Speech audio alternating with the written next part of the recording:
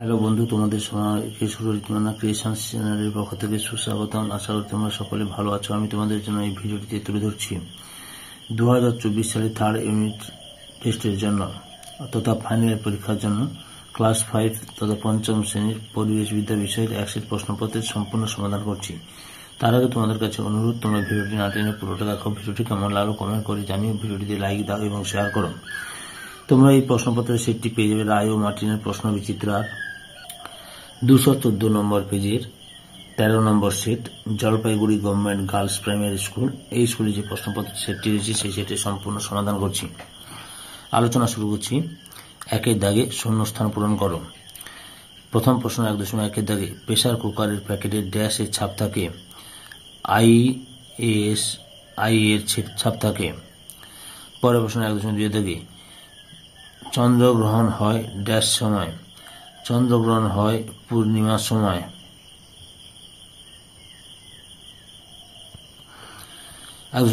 তাল পাতার লেখা বইগুলিকে ড্যাশ বলে, পুঁথি বলে। পরে প্রশ্ন 104 থেকে পশ্চিমবঙ্গের প্রধান খনিজ সম্পদ হল ড্যাশ, কয়লা। 105 প্রায় 500 বছর আগে ড্যাশ টেলিস্কোপ তৈরি করেন, গ্যালিলিও গ্যালিলি।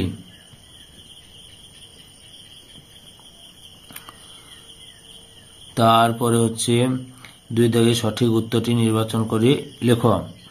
2.1 দাগে কলকাতায় রিক্সা আসে 1818, 1900 সালে। সঠিক উত্তরটি অপশন খতে 1900 সালে। 2.2 দাগে সুনামি হয়েছিল 2005 সালে, 2004 সালে। সঠিক উত্তরটি অপশন খতে 2004 সালে। 2.3 দাগে ধূমকেতু দেখতে চাঁদের মতো, ঝাঁটার মতো। সঠিক উত্তর অপশন খতে ঝাঁটার মতো। 2.4 দাগে অপ্রচলিত শক্তি হলো কয়লা, সৌরশক্তি। সঠিক উত্তর অপশন খতে সৌরশক্তি। 2.5 দাগে কাগজ এসেছে চীন, বাংলাদেশ থেকে। সঠিক উত্তর অপশন খতে চীন থেকে। 3 দাগে নিচে প্রশ্নগুলির উত্তর দাও। 3.1 দাগে প্যাপিরাস কি? উত্তর, লেখা শুরু হওয়ার প্রথম দিকে এক প্রকার গাছের কাণ্ডের ছিলা শুকিয়ে তার উপর লেখা হতো। গাছের এই ছিলাকে প্যাপিরাস বলা হতো। 3.2 দাগে শিশুদের লেখাপড়ার অধিকার আইন কত বছর বয়স পর্যন্ত? 14 বছর বয়স পর্যন্ত। 3.3 শিশুদের মূল অধিকারগুলি কি কি?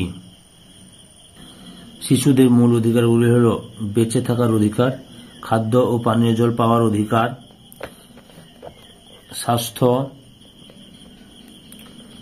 ভালো রাখা, অসুখ হলে চিকিৎসা পাওয়ার অধিকার, অবৈতনিক ও বাধ্যতামূলক শিক্ষা লাভের অধিকার, নিজের নাম পরিচয় জানা ও প্রকাশ করার অধিকার, নিজের মত প্রকাশ ও আলোচনার স্বাধীনতা, মারধর ও মানসিক পীড়ন থেকে সুরক্ষার অধিকার প্রভৃতি। ধস না 3.4 ধস নামে কেন বা ধস কেন নামে? আমি 1, 2, 3, 4 করে কারণ লিখে দিচ্ছি। ধস নামার কারণগুলি হল 1 নম্বরে খনি থেকে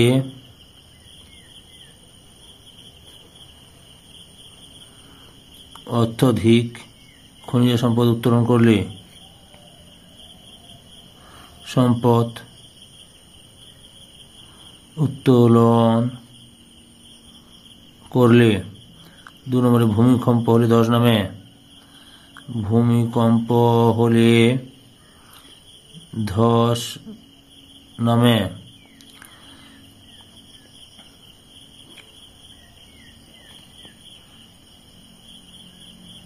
পাহাড়ি অঞ্চলে গাছ কেটে নিলে ধস নামে। 3.5 দাগে ভূমিকম্প প্রবণ অঞ্চলে কেমন বাড়ি তৈরি করা হয়? আচ্ছা, তার আরেকবার বলছি। ধস নামার কারণ খনি থেকে অত্যধিক খনিজ সম্পদ উত্তোলন করলে, 2 নম্বরে ভূমিকম্প হলে ধস নামে। তারপরে পাহাড়ি অঞ্চলে গাছ কেটে নিলে ধস নামে, পাহাড়ি অঞ্চলে অত্যধিক বৃষ্টিপাত হলেও ধস নামে। 3.5 দাগের উত্তর প্রশ্ন ভূমিকম্প প্রবণ অঞ্চলে কেমন বাড়ি তৈরি করা হয়? উত্তর, ভূমিকম্প অঞ্চলে কাঠের বাড়ি তৈরি করা হয়, কারণ কোন অঞ্চলে মানুষ কাঠের বাড়ি তৈরি করে থাকে, কারণ কাঠের বাড়ি ভাঙে কম, ভাঙলেও ঘরের জিনিসপত্র ভাঙার সম্ভাবনা কম, কাঠের বাড়িতে জীবনহানির সম্ভাবনা কম। 3 বাড়ি ভাঙার পরেও ওই কাঠ দিয়ে আবার নতুন বাড়ি বানানো যায়। 4 দাগে নিচের প্রশ্নগুলির উত্তর দাও। জলচক্র কাকে বলে এবং চিত্রসহ লেখ। উত্তর, সূর্যের তাপে পুকুর, নদী, সমুদ্রে জল বাষ্প হয়ে উপরে উঠে যায়, উপরে উঠে ঠান্ডা হয়ে মেঘে পরিণত হয়, মেঘ থেকে বৃষ্টি রূপে জল পুকুর, নদী, সমুদ্রে ফিরে আসে। সূর্যের তাপে আবার পাহাড়ের মাথায় সঞ্চিত বরফ গলে জল উপরে বাষ্প হয়ে উপরে উঠে যায়। এইভাবে জল কখনো মেঘে, কখনো বৃষ্টি, আবার কখনো বরফ রূপে আকাশ আর পৃথিবীর মধ্যে ক্রমাগত ঘটে চলেছে। একে জলচক্র বলে। দেখে নাও, এই ছবিটা আঁকবে তোমরা, বুঝতে পেরেছ? জলাশয় ও নদী, সমুদ্র, তীর্চন নদী, জলীয় বাষ্প লিখবে, তীর্চন নদী পাহাড়ের মাথায় মেঘ ও বরফ, তীর্চন নদী বৃষ্টি ও পাহাড়ি নদী লিখবে, লিখার পর আবার জলাশয় ও নদী, সমুদ্র দিকে তীর্চন দিবে। 4.2 সূর্যগ্রহণ ও চন্দ্রগ্রহণ কাকে বলে, চিত্র সহ লেখ। উত্তর, কোন অমাবস্যার দিন, অর্থাৎ সূর্যগ্রহণ কাকে বলে বলছি, কোন অমাবস্যার দিন যখন সূর্য ও পৃথিবীর মাঝে চাঁদ এক সরল রেখায় আসে, তখন কিছুক্ষণের জন্য চাঁদের ছায়া পৃথিবীর উপর পড়ে। পৃথিবীর যে অংশে চাঁদের ছায়া পড়ে সেখানে থেকে ওই সময় সূর্যকে দেখা যায় না, একে সূর্যগ্রহণ বলে। সূর্যগ্রহণের এই ছবিটা আঁকবে, বুঝতে পারছো? এই যে সূর্য, চাঁদ, পৃথিবী, সূর্যগ্রহণের এই ছবিটা আঁকবে তোমরা। চন্দ্রগ্রহণ, কোন কোন পূর্ণিমার রাতে পৃথিবী যখন সূর্য ও চাঁদের মাঝখানে এক সরলরেখা চলে আসে, তখন পৃথিবীর ছায়া চাঁদের উপর পড়ে, ফলে চাঁদকে দেখা যায় না, একই ঘটনাকে সূর্যগ্রহণ বলে। দেখো চন্দ্রগ্রহণের ছবিটা আঁকো তোমরা, এই যে এই ছবিটা আঁকে নেবে, বুঝতে পেরেছ? চন্দ্রগ্রহণের এই সূর্য, পৃথিবী, চাঁদ। 4.3 থেকে রাস্তায় বেরোলে তুমি কি কি সাবধানতা অবলম্বন করবে তা লেখ। রাস্তায় বেরোলে 1 নম্বরে গাড়িতে বসার সময় সিট বেল্ট ব্যবহার করব। বাবা মা বা বড় কারোর সঙ্গে মোটর বাইকে চাপলে নিজে হেলমেট পরবো, অন্যকে হেলমেট পরতে বলবো। সিগন্যাল দেখে রাস্তা পার হব। জেব্রা ক্রসিং বলে রাস্তা পার হব। রাস্তা পার হওয়ার জন্য ফুটব্রিজ বা সাবওয়ে থাকলে তা ব্যবহার করব। রেলওয়ে ক্রসিং পার হওয়ার সময় সিগন্যাল দেখে পার হব। সবুজ সিগন্যাল থাকলেও যাত্রীবাহী ট্রেন বা মালগাড়ি চলে যাওয়া পর্যন্ত অপেক্ষা করব। বাসে চড়লে নির্দিষ্ট স্টপেজে ওঠানামা করব। রাস্তার পাশে ফুটপাথ দিয়ে হাঁটব। ফুটপাথহীন রাস্তার বাঁ দিক দিয়ে হাঁটব। রাস্তায় সদা সতর্ক থাকব। 4.4 থেকে বন্য প্রাণী কিভাবে সংরক্ষণ করবে। উত্তর, 1 নম্বরে বাঘ ও অন্যান্য বন্যপ্রাণীদের জন্য বাসভূমি সুনিশ্চিত করতে অভয়ারণ্য, জাতীয় উদ্যান, সংরক্ষিত অরণ্য, পাখিরালয় গড়ে তোলা। চোরা শিকার বন্ধ করতে কঠোর আইন প্রণয়ন করা। লুপ্তপ্রায় প্রাণীদের চিহ্নিত করে সংরক্ষণ করা। সাধারণ মানুষকে সচেতন করে তোলা। টিকা লেখো জোয়ার ভাটা। উত্তর, চাঁদ ও সূর্যের আকর্ষণ এবং পৃথিবীর ঘূর্ণন গতির জন্য প্রতিদিন নির্দিষ্ট সময় অন্তর সমুদ্র ও নদীর জল বেড়ে যায় এবং কমে যায়। জল বেড়ে যাওয়াকে জোয়ার এবং কমে যাওয়াকে ভাটা বলে।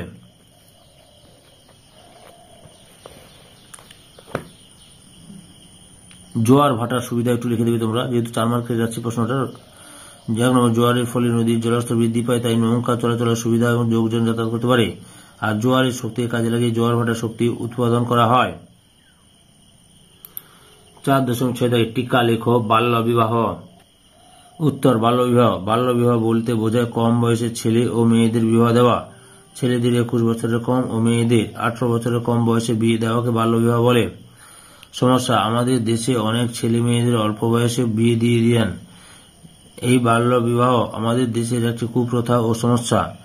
সমাধান, বাল্য বিবাহ বন্ধ করতে হলে স্কুলের প্রধান শিক্ষক বা শিক্ষিকাদের বাল্য বিবাহের ঘটনার খবর আগেই জানতে দিতে হবে, তাহলে বিডিও এবং পুলিশ এই বাল্য বিবাহ বন্ধ করে দেবেন। 4.7 থেকে ভূমিকম্পের ফলে কি কি সমস্যা হতে পারে। ভূমিকম্পের ফলাফল, 1 নম্বর, বাড়ি ঘর ভেঙে বহু মানুষ মারা যেতে পারে। রাস্তাঘাট ফেটে গিয়ে ধস নামতে পারে। নদীর গতি পরিবর্তন হতে পারে। সমুদ্রে সুনামি হতে পারে। 5 থেকে চিহ্ন দেখে নির্বাচন করো। এপিও, আইএসআই এগুলি কি ধরনের চিহ্ন বা এই চিহ্নের সাহায্যে কি বোঝা যায়। উত্তরটা তোমরা এইভাবে লিখবে।